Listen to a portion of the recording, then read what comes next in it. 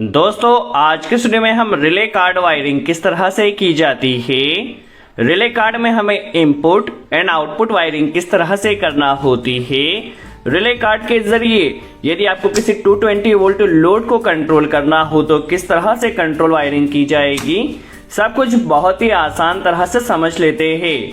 आज के वीडियो में हमने सिर्फ रिले कार्ड के जरिए एक ड्यूअल स्टार्टर को कंट्रोल किया है।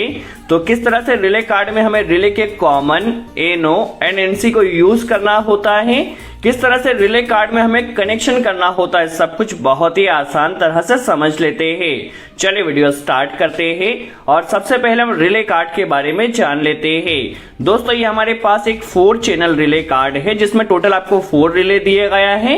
ये हमारे पास 8 चैनल रिले कार्ड है जिसमें टोटल आपको 8 रिलेज दिया गया है।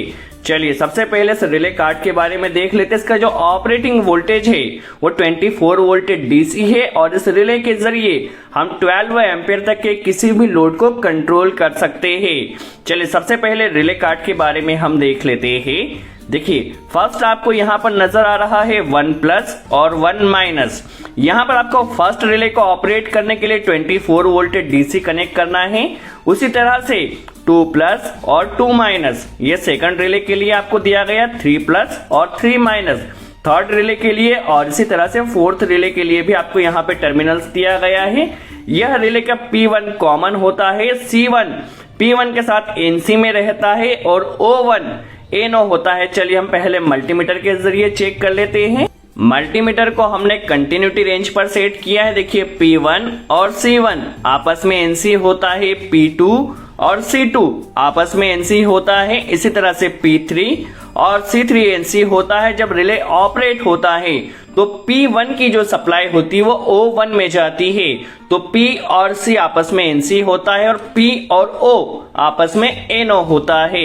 देखिए हमारे पास रिले कार्ड है। सबसे पहले यहाँ पर देखिए कुछ जंपर्स आपको दिए गया है जो कि 1 माइनस के साथ यह जंपर कनेक्ट है, 2 माइनस के साथ यह जंपर कनेक्ट है, 3 माइनस के साथ यह जंपर और 4 माइनस के साथ यह जंपर। दैट मीन सभी माइनस को यहाँ पर कॉमन किया गया है। देखिए 1 माइनस, 2 माइनस, 3 माइनस और 4 माइनस जंपर के जरिए सबसे पहले कॉमन किया गया है।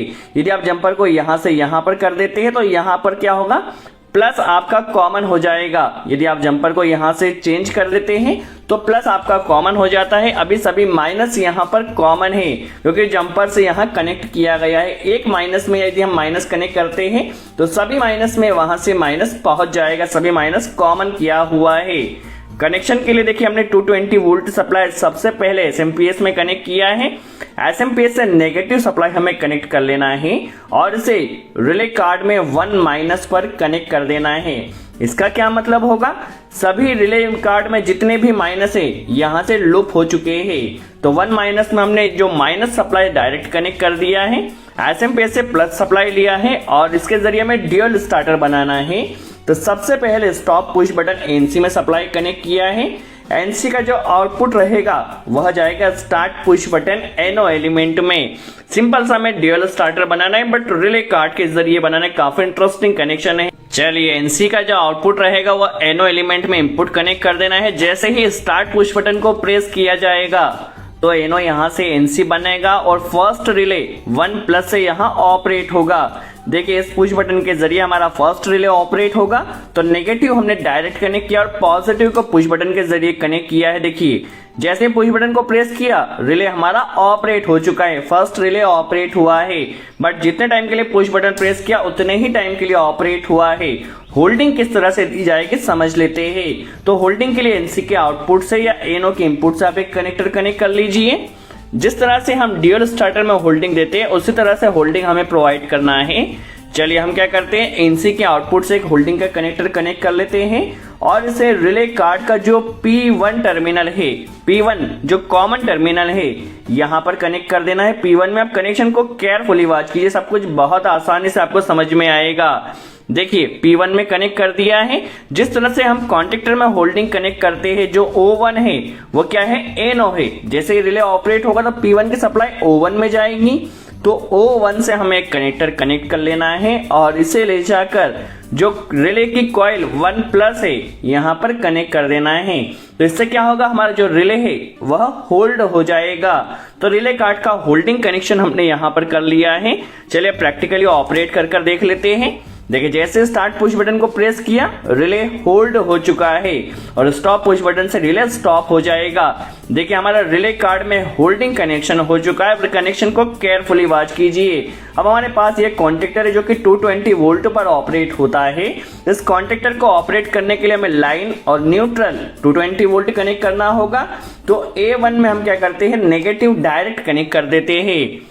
चलिए सबसे पहले हमने नेगेटिव या न्यूट्रल डायरेक्ट कनेक्ट कर दिया है। जो प्लस रहेगा वो रिले कार्ड के जरिए आएगा। तो इसी पुश बटन से हमें सेकंड रिले को ऑपरेट करना होगा। अब रिले कार्ड में जितने भी नेगेटिव है सभी ऑलरेडी कॉमन है, तो हमें नेगेटिव कनेक्ट करने की जरूरत नहीं है।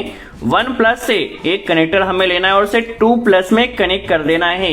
जैसे ही हमारा फर्स्ट रिले ऑपरेट होगा तो फर्स्ट रिले के साथ ही हमारा सेकंड रिले ने भी ऑपरेट होना चाहिए।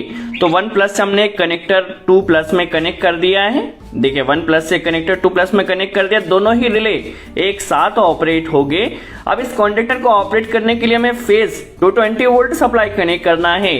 तो यहां से देखिए MCB से हमें एक कनेक्टर लेना है। चलिए यहां से MCB से हमें लाइन वायर कनेक्ट करना है। न्यूट्रल हमने डायरेक्ट कनेक्ट किया है। चलिए एक कनेक्टर हमें यहां से ले लेना है और इसे जो हमारे पास P2 टर्मिनल है इस P2 टर्मिनल पर कनेक्ट कर देना है। देखिए P2 पर आ जाएगा। अभी क्या होगा, जैसे ही ये रिले ऑपरेट होगा तो P2 की सप्लाई O2 से निकलेगी। तो O2 से एक कनेक्टर हमारा जाएगा और यह हमें ले जाना है कॉन्टेक्टर की कॉइल A2 में। चलिए A2 में यह आ जाएगा।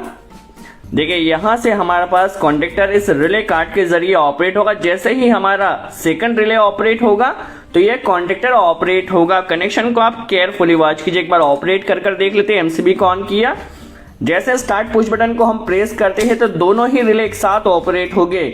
देखिए दोनों ही रिले ऑपरेट हो चुके हैं और उसके जरिए कॉन्टेक्टर भी ऑपरेट होगा। यहां से हम कॉन्टेक्टर को स्टार्ट एंड स्टॉप कर सकते हैं। सो आई होप आपका कॉन्सेप्ट क्लियर हुआ हो। रिले कार्ड में होल्डिंग कनेक्शन किस तरह से किया जाता है, रिले कार्ड में हमें कॉमन, NO एंड NC को किस तरह से यूज किया जाता है।